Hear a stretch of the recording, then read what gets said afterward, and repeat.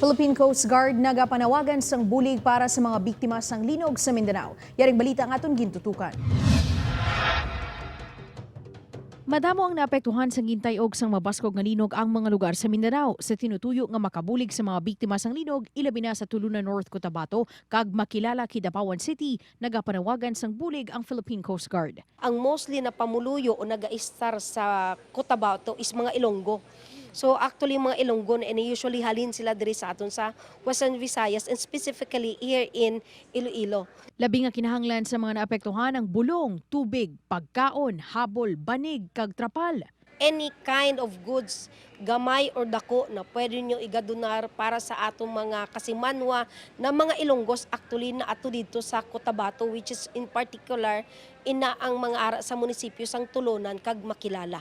Mahimo nga dalon ang mga donasyon sa tanan nga substation sang PCG. Isa kay naman sa MRRV-1 nga barko sang Philippine Coast Guard ang mga makolekta nga relief goods. Samtang sang Sabado sang nagdulog na sang unang nga batch ng relief goods ang PCG kag DSWD. Upod kay Hans Desierto, Daryl Marie Sarmiento, One Western Visayas.